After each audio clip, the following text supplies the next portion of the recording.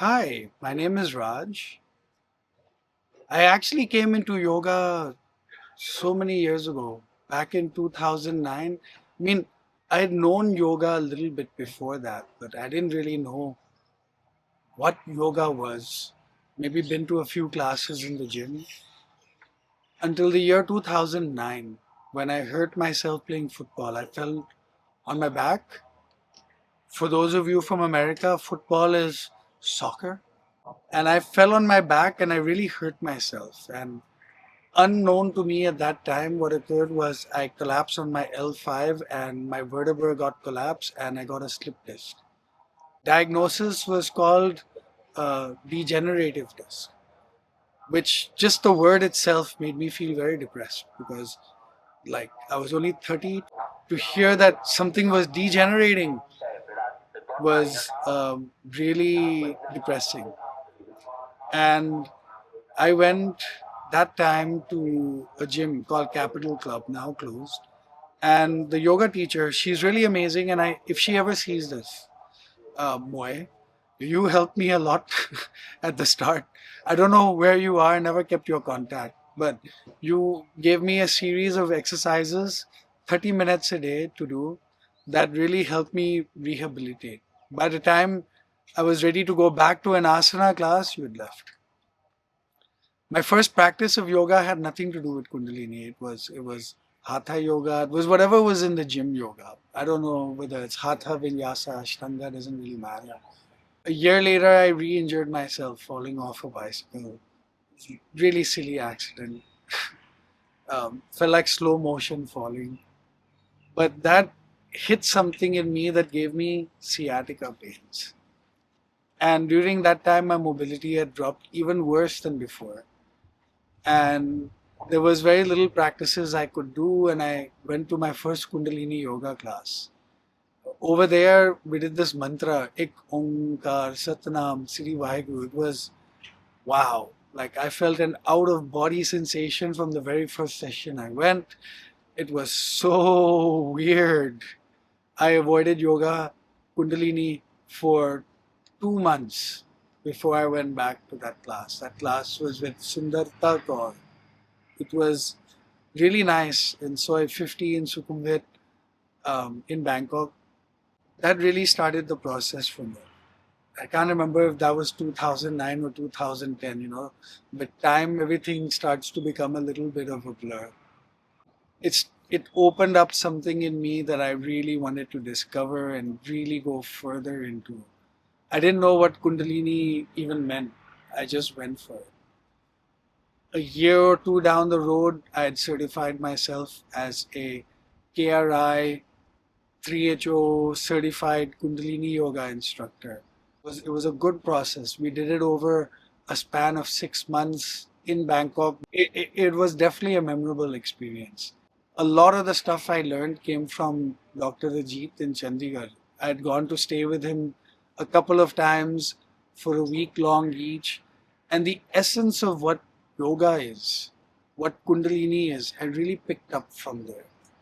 And I made the practice mine.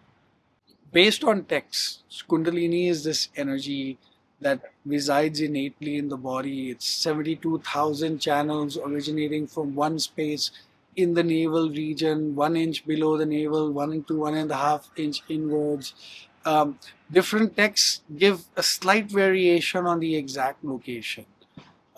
So that first place, if I can speak in my own language and non-textual language, when we are born in the mother's womb, we are innately tied to the mother, and the first place we get food from, the first place we get the feelings of emotion from, the first place where that whole body of ours is generated out of, where the seed is meeting the womb, it's through the mother's womb that we get that energy, right? And it is through the womb that we are coming into this body being.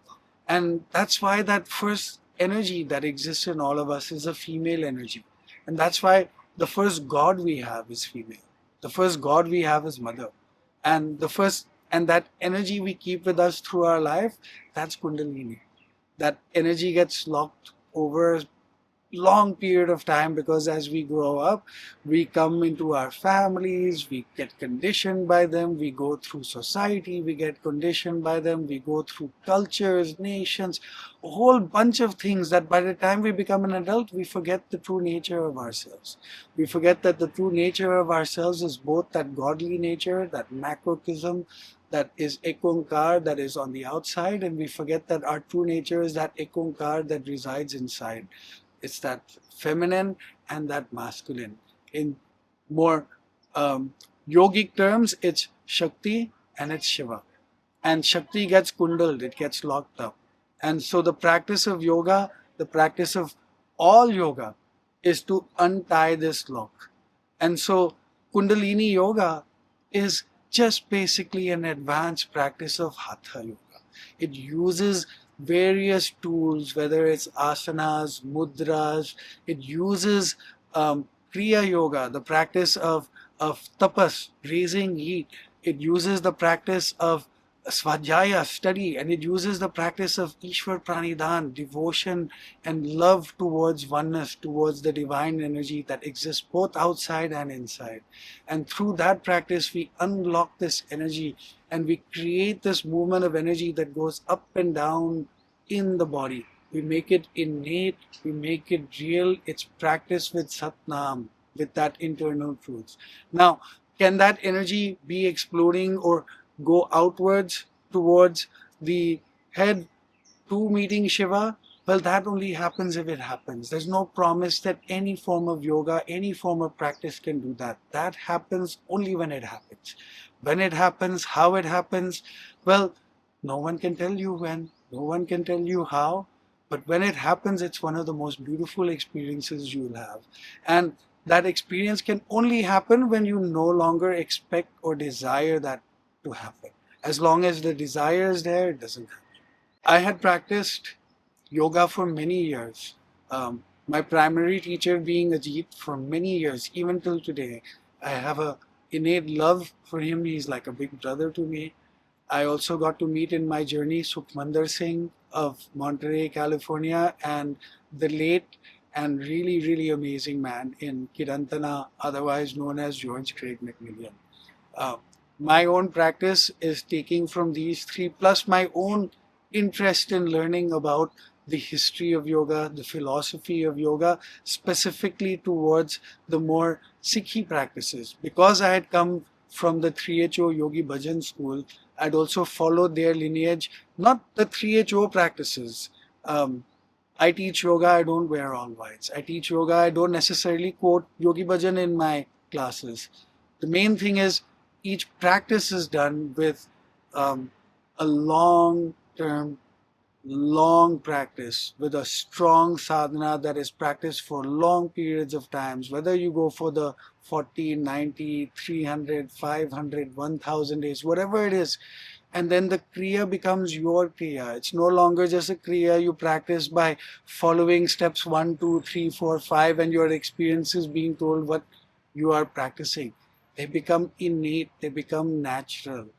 And through this practice and through learning about the who, through learning the philosophy of Guru Nanak, through learning Siddh Gosti, through learning Matra, through learning about Baba Shri Chand and his life, the practice of yoga went further and further and further for me.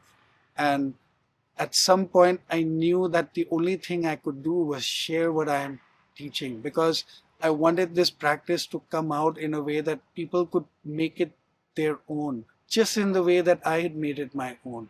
As long as that truth is there and love, prem is there.